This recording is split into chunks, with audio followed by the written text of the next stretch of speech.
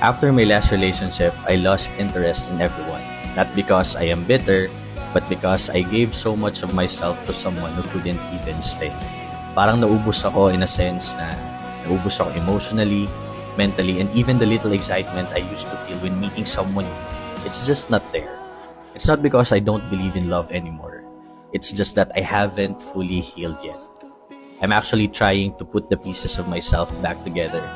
Because when you love deeply and you lose it, it's actually hard to open up again. You start building walls where you used to build bridges. And maybe, just maybe, I'm not ready yet.